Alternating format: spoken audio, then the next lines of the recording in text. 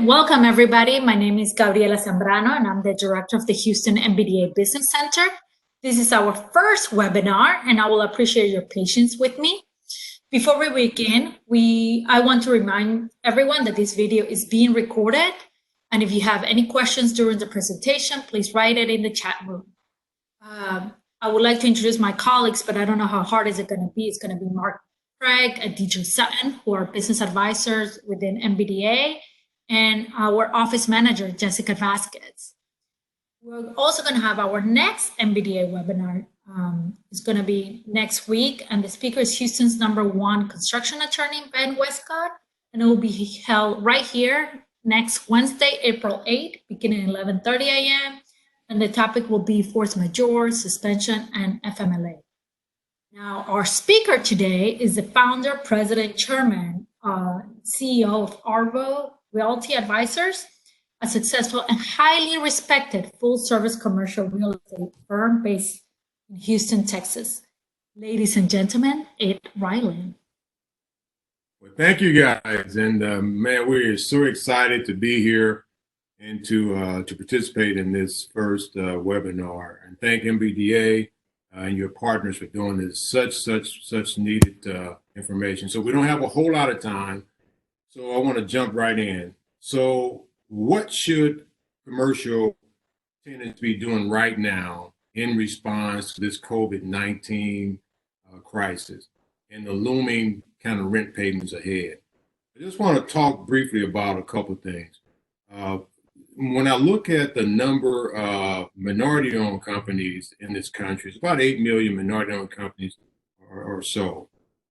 When I not only just think about those companies, I think about the large number of employees and their families that they're responsible for, and the impact of this challenge that we have to work through these issues. And so many minority-owned firms start on a shoestring budget, and in many cases continue to operate on a shoestring budget for a while. So something like this can either put them out of business or cause some tremendous challenges for them to continue to survive and be successful. So today we thought, what could we do to assist these small businesses and particularly minority-owned companies? We know for sure there are two line items that impact the minority-owned company the most. First is payroll. And then second is the cost to cover their facilities or their office space or their warehouses or whatever they use to work out of. And so in our opinion, if we can do anything to relieve or release that pressure, that financial pressure, then there's a good opportunity that small businesses and minority-owned companies will survive this challenge and will get through this challenge and then begin to get their firms back on track. When I think about Houston, not only are we dealing with the virus and the plunging stock market, but we're also dealing with dropping oil prices. We have like a triple threat to the minority business that are here in Houston. So we want to cover several things today. We don't have a whole lot of time, but at the end of this presentation, if you need additional one-on-one support, you have information to do that. So what should you be doing? First and foremost, I think you should be focusing on safety first for you and your employees, your customers, and your clients. That's the first thing. And that will involve some of your lease terms and conditions, some of the things you have to do around your lease. And then second, I think you have to have a plan to get through this challenging time. And for us, the approach that we're taking is that we're thinking through short-term and long-term strategy. You know, at the beginning of the year, we sat down, we spent 2 days working on our strategy for 2020. And no one in that room even thought about this challenge. And so now we're going back and saying, okay, what is our 90-day and what is our year strategy? And by thinking through the 90-day strategy and your year strategy, we can begin to put together some opportunities for rent release and structuring rent release specifically for you. So that would be the first thing we want to make sure that you do, and that is to have a plan and make that plan flexible. Today is the first of the month. So with most folks, rent is due today. So unless you've already taken some approaches to have rent release. You either have to pay that rent today or have a strategy or a proposal that you're going to present to your landlord that will give you some lease relief. So there's three things that you want to focus on. One is to know yourself and know your business. Second is to kind of understand your landlord. And then thirdly, you want to know and understand your lease. So where are you in your business cycle? Are you in a startup mode? Are you in a growth mode? And what's your projection and your staffing plans, short term and long term? How will your business be impacted? All businesses will not be impacted the same. So you want to understand how your business will be impacted on the short term and on long term. And what's short term for you? Is it 30, 60, 90 days? Is it 120 days? Is it 6 months? How will your business be impacted? And what's your relationship with the landlord? Is this landlord an individual or is this an institutional landlord? Have you had any assistance from the landlord in the past? Have you approached the landlord for any assistance in the past?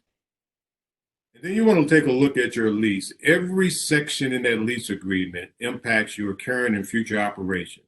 And understanding those terms and conditions are key to developing a strategy for your lease relief. And it's also key in how your business will be impacted. So we want to move now into some areas that you should focus on when reviewing your leases. And George White, and let me come back and introduce our team that we have here today. We have George White, who's the executive VP of our organization. George is also a real estate attorney. So he's going to be talking to you not only from a VP, executive VP of a small minority-owned firm, but also from a legal perspective as a real estate attorney. We also have Tiffany Ryland here, and Tiffany is one of our consultants and associates. She's been very involved in helping clients with leases and understanding how to put together those leases. And then Elgin Wells is also on the line, and he's been very involved. He's one of our consultant associates as well. He's been very involved in helping clients put together lease agreements and terms and conditions for leases. So George, why don't you talk to us about reviewing your lease and some things you want to make sure you look at as you're reviewing that lease. Thank you, Ed. I'm happy to do that. Before approaching a commercial landlord with a request for lease relief, you need to review your lease agreements to focus on issues that impact your rental payment obligations.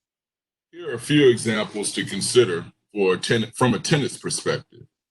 Look at the rent abatements in your lease and other rights in event of a loss of access to the building or the cessation of landlord services, meaning the landlord can no longer provide the regular security and maintenance and other types of services, or even opening and closing services in the building. Everybody has heard recently that you need to look at any force majeure clauses. Those are quote unquote acts of God clauses. I will tell you that courts are likely to interpret those very narrowly and very specifically as to what types of contingencies constitute an act of God. And I can almost assure you that no lawyers over the last 10 or 15 anticipated a pandemic, epidemic, or coronavirus such that they would make that a specific mention in such a clause. So we'll look for more case law developments there. There are provisions that guarantee the tenant's right to access to the buildings that you need to look at that. So because of stay-at-home orders or even social distancing rules, perhaps the landlords were not able to give you the right to access to your building. Also, you need to look at condemnation or eminent domain or casualty provisions in your lease. And what happens when those actions take place in terms of not being able to access the building? In that, government actions such as the county judge saying everyone's under a stay-at-home order can be impacted by those provisions. In a retail setting, if you're in a mall or a large shopping center, you may have co-tenancy requirements, meaning that certain stores or a certain amount of square footage needs to be operating, or else that gives you certain rights in terms of triggering a termination clause and other rights in your favor. Quiet enjoyment rights, The landlords typically owe you the right to access your building so long as you're not in default and are otherwise a good quality tenant. And then you, as small business owners, frequently you're asked to individually guarantee your leases to support your company. And you need to look at the scope and viability of those lease provisions so that you can understand what personal exposure you may.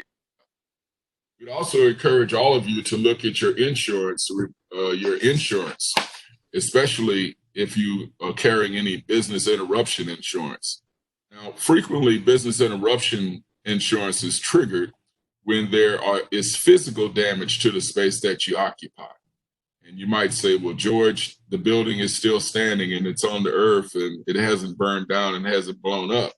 Yes, but especially if someone has been diagnosed with COVID-19 virus on that facility, you have a pretty strong argument that it has damaged the property because you no longer occupy it or operate safely in that building.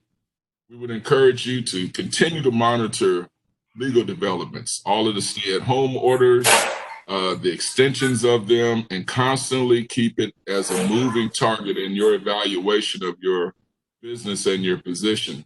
You know, will the next time that the stay-at-home order is extended, will the restrictions be loosened where you can actually go in and operate? So stay vigilant on that. And then and those are some of the key legal terms in most commercial leases that we think are key for you to examine in your own commercial lease in order to develop your position to the landlords with a request for lease relief. Thank you, George. A couple other items we want to bring to your attention. One is you want to make sure that you review your lines of credit, if you have those, and your relationships with your bank. What your landlord wants to know is if you have access to your line of credit, and do you have a good relationship with your financial institution, your banking institutions. What they don't want to do is agree to lease relief and bailing you out, only to find out that you may not have the financial strength to stay in business and continue in business, even if they bail you out. So they may not always ask for this, but in many cases, they're going to be requesting copies of your financial statements so they can kind of see where you are and whether or not this lease relief would even help you. So you want to be prepared for that and start having some conversations with your bankers, your lenders, your financial institutions as well. Then you want to do some due diligence. You want to get a feel for the market in your particular asset class.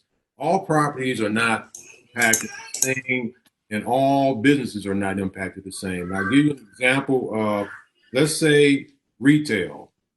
You may think that all retail is impacted and all retail needs some financial relief. Well, that's not necessarily the case.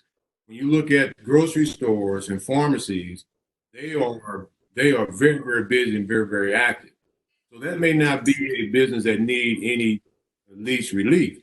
But when you look at restaurants, and some of the other things that we do for entertainment and quality of life, those folks have been impacted tremendously. You want to kind of understand your particular asset and how your asset has been impacted and do due diligence there. You want to also assess your specific lease issues. What industry are you in, as I mentioned before? And then what structure do you have legally? And I bring this up because we're working right now, and we'll talk about this example a little later, with the business who signed the lease, their personal name as a sole proprietor. So you really want to pay attention to those things because as a sole proprietor, you really leave yourself open to all types of liability, and particularly when it comes to this lease issue as well.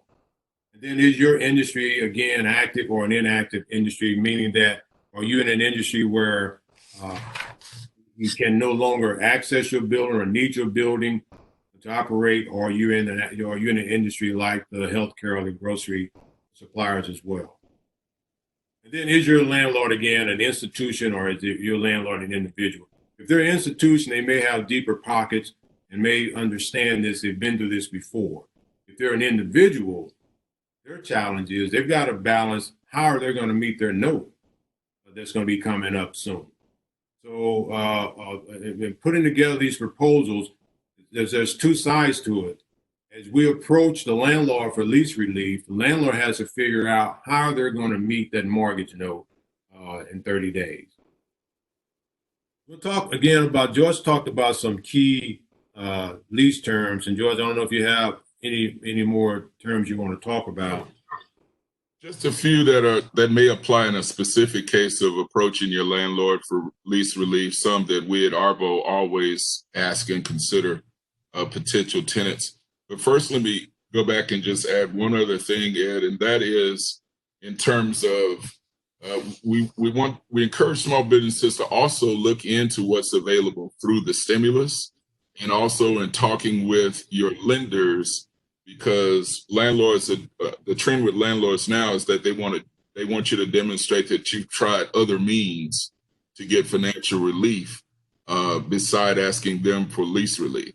So you want to be able to demonstrate or articulate that, hey, I qualify for this to keep my payroll going, but I still need relief on my lease, etc. And also another trend is that landlords are developing their own standard applications when tenants call and inquire about lease relief. And as Ed said earlier, that may include requesting financial statements. But when you're looking at your own specific information, you want to know how much space that you occupy and how much of that space, how much that space is relative to the total size of the building. Basically, are you a big deal around there, or are you small potatoes? Are you an anchor tenant, or are you just a small tenant in a very large facility? How much lease term is remaining on your lease? Are you close to the expiration date of your lease, or did you just sign last year and still have 4.5 years left? Does your lease have renewal clauses or extension clauses or termination options even? We're working with a business right now who has an option to terminate with the exercise date being May 1st. And while that may seem to give them some negotiating advantages, it also gives them some challenges in that they have to right now, within a month, really decide what they want to do in terms of remaining there, let alone paying their lease. And then also we've already talked about the business interruption insurance issue and the force majeure issues. Look at those two specific things in your lease as you make your case to go to the landlord to request relief. We also typically in our approach to the landlord, and this is very important, we're encouraging tenants to compose an impact statement. And what an impact statement is, by our definition, is tell them your specific story about how your business has been impacted by the COVID-19 virus. You know, what type of trajectory or forecast were you on before the impacts hit you? When did the impact start to affect your business? Was it at the time that we started practicing social distancing? Or was it not until the county judge issued the stay-at-home order? It's going to vary case to case. And then now that you are under these COVID-19 restrictions, what's your forecast for the recovery to normal operations regarding your business? Give them an insight as to how long you feel that you may need relief.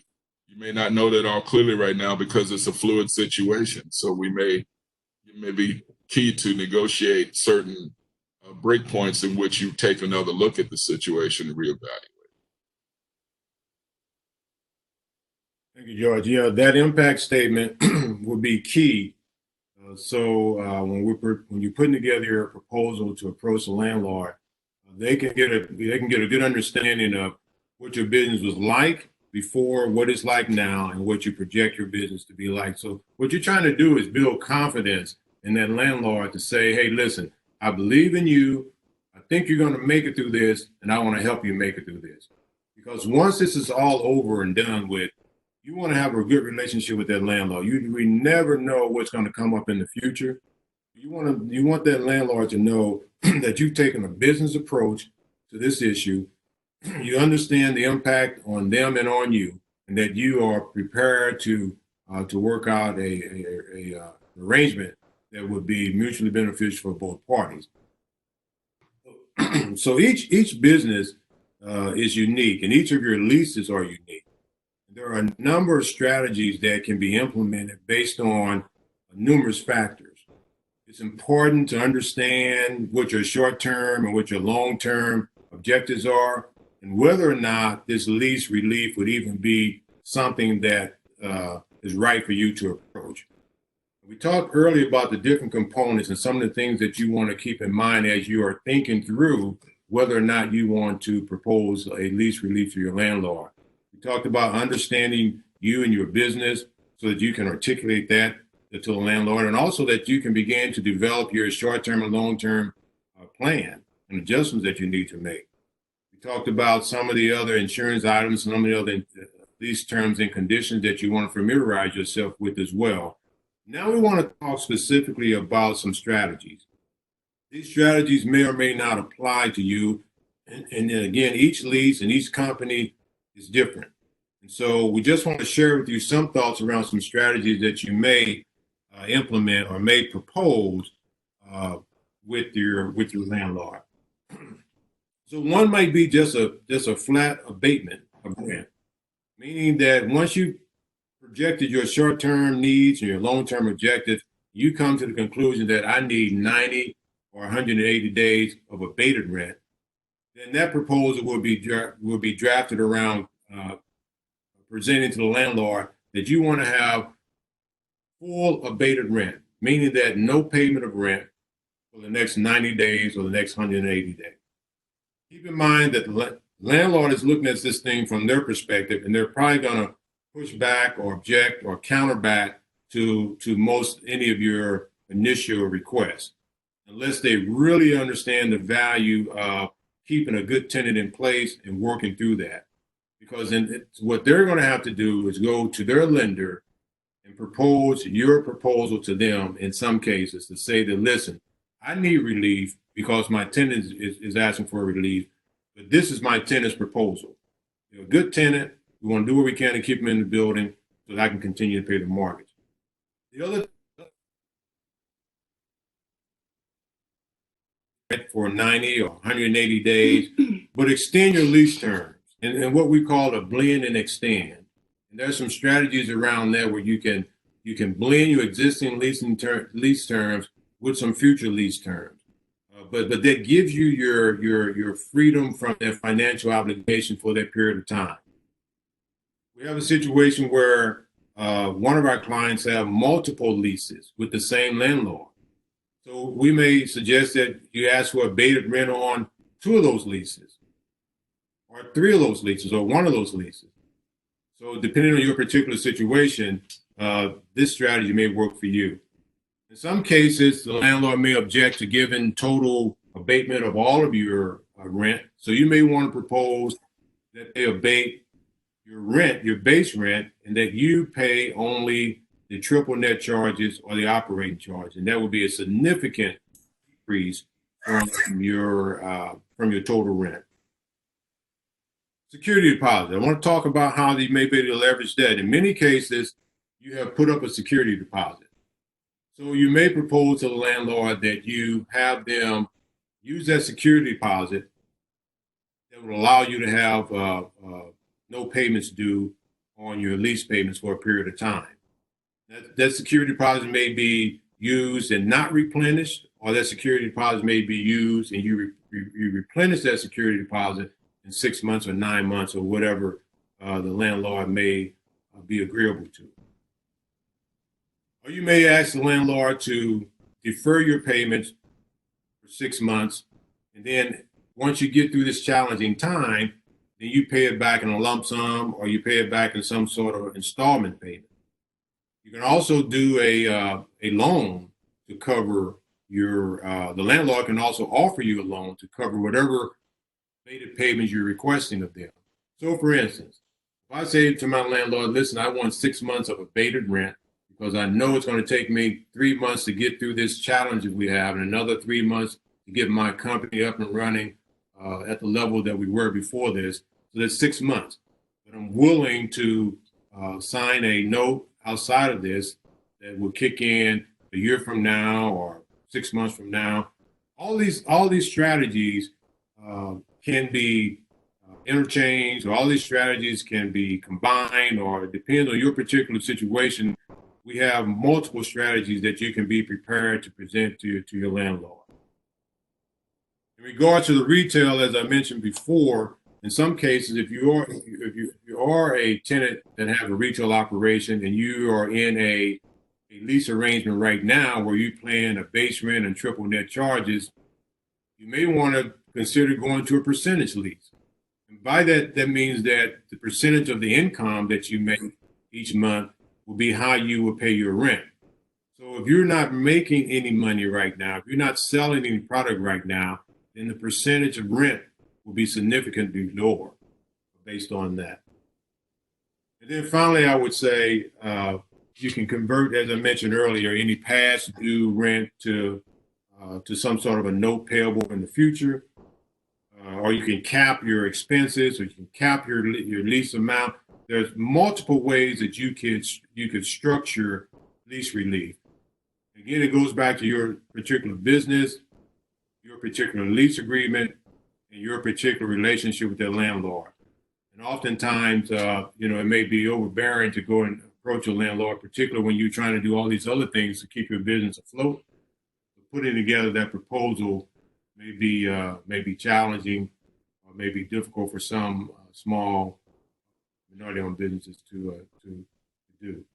I want to talk just briefly about a real-life lease relief example so that you can see kind of how all these things we've talked about up to now comes into play, and how the tenant business will be saved actually as a result of this lease relief.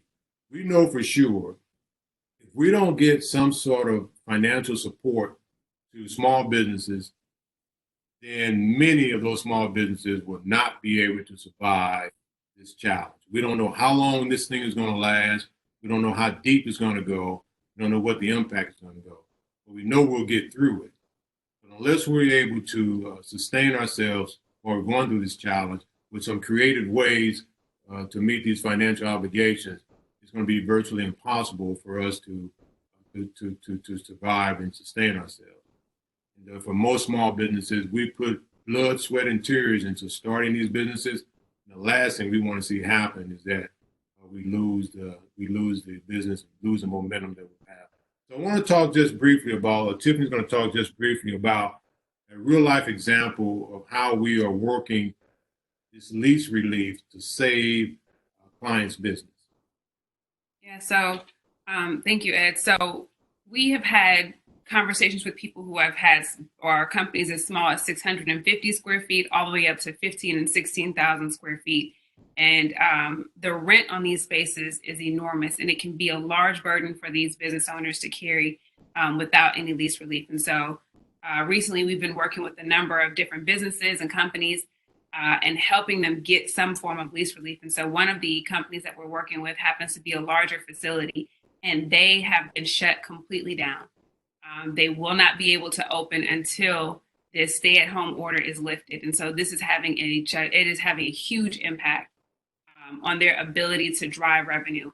And, to Ed's point, we don't know how deep this is going to go. So even if this, home from order is relieved or lifted in the next 30 days, we don't know how long it's going to take his consumers and his customers to come back in. And so we are now in the process of structuring a lease agreement for him that will assist him in getting some relief for the next 60, 90 days, whatever we're able to get for him, so that he is able to continue business as he was before, or at least be able to cushion himself to be able to figure out how he can creatively drive income until he's able to get back up to 100%. Yes. So don't feel like you are unique, or you're alone, or, obviously many businesses are suffering. But if you're a major corporation, you have this type of resource inside. You have a real estate department inside of your corporate entity that's doing these things and having these kind of conversations with their landlords right now. If you're a small business, you're a small minority business, then you don't have that in-house resource. In many cases, you are that in-house resource.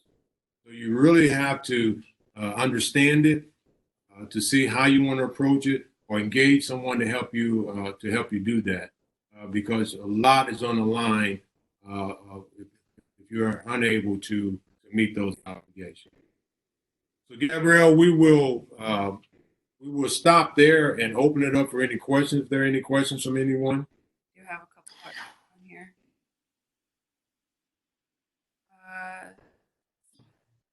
Any advice for someone that has 2 locations and we want to walk away from one?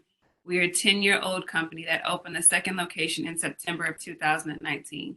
We were just starting to see signs of some uptick. We cannot afford to restart our efforts. We have a 5-year lease with a 3-year out after notification. It's 12 o'clock. Yeah, so that reminds me of the lease relief proposal that we're working on right now. The first thing, obviously, as we mentioned earlier, is to really review the lease agreement and abstract out the terms that have been agreed upon by both parties. Then after that, developing a very powerful impact statement that would indicate to the landlord what your past, current, and future business model looks like. And then also, we didn't talk about subleasing, but in some cases, depending on how your lease was drafted, you may have some very favorable terms in your lease agreement, which allow you to sublease that space out, either partially for partial rent that you owe right now or for all of the rent. But by all means, right now, I think there's a window of opportunity to revisit your lease agreement, regardless of what you agreed to, and see how you can restructure that lease agreement that will give you the type of release that you need to keep your business flowing. So that's the quick advice I would give to you. One is to make sure that we've abstracted out all the key terms of the lease agreement. Secondly, to look at the possibility of subleasing, and then thirdly, just presenting a new proposal to the landlord, something that will handle short-term relief or permanent release of that obligation. We had someone else who mentioned, and maybe you and George have something to say about the Cheesecake Factory already showing signs of struggling with their leases as far as a large corporation. And I guess there's something to say to that. It's just that this thing is not just hitting mid-sized businesses. Some of your larger corporations are going through the exact same thing that small businesses are going through. So this pandemic is going to affect. Yeah, with some of these larger shopping malls and larger businesses, in some cases there are clauses in their lease agreement that says that center must have X amount of tenants in it, and that tenant must have X amount of occupancy in it. That may give you an opportunity to restructure your lease agreement if that shopping center or that location does not have the tenants or the percentage of occupancy that was agreed upon to begin with. Something like the Cheesecake Factory, they're not able to maximize the use of that facility because you can't serve anyone in there. Basically, pick up and delivery. So how do you restructure that? You're still operating out of a portion of that facility. So, maybe an idea would be to look at what percentage of that facility you're using right now and restructure that lease agreement around that. So if you're only using 25% of that facility, your kitchen and your takeout window, then maybe if you're not able to get complete relief, maybe you propose 25% of that monthly budget that you would typically pay. I think another thing that we've discussed with the team is just that we want to make sure that the message that we want to get out for small to mid-sized businesses is just do not walk away from your lease. There's a lot of things that go into those leases, and this is a trickle-down effect. So we want to make sure that we do everything that we can before we just walk away. But more importantly, as a small to mid-sized business, if you don't take a look at your lease agreement, if you have personally signed that lease agreement, you're not just going to walk away, and that landlord has rights to come and go after your personal assets if you do indeed do that. So make sure that you don't just walk away and that you try to get in front of this thing as opposed to letting your payments pile up on the back end. I think also, Tiffany, that's a very good point. And all of the things that we've discussed today, audience, it is preferable to start these engaging conversations with the landlord before you technically go into default. Ed mentioned earlier the applicability of your security deposit. That may be something that you need to turn towards immediately so as to forgive any default here within this 1st of April through 5th of April window to get your conversation started. But look at that. And also, to the extent that any of you small business owners are franchises, also look at your franchise agreement with your franchisor to see what types of relief or acts of God, force majeure clauses may be in those franchise agreements that might be able to give you some assistance as well.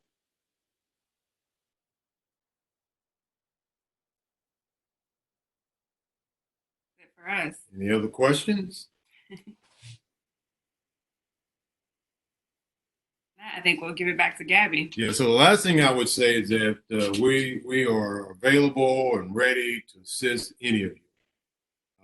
Our contact information is on the materials that you may have in front of you or you may see in front of you right now.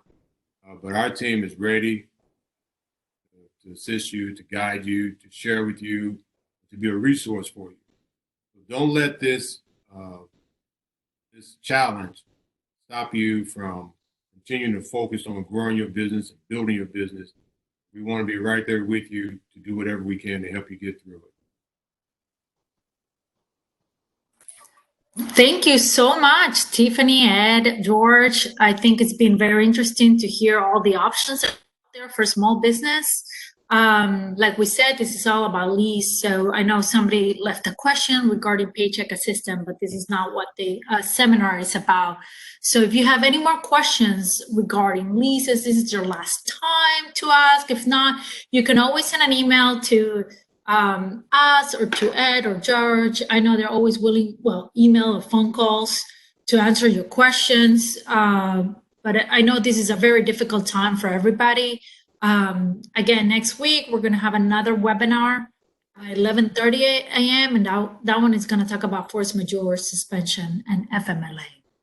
Thank you, everyone. It was great. Bye. Thank you. Bye-bye.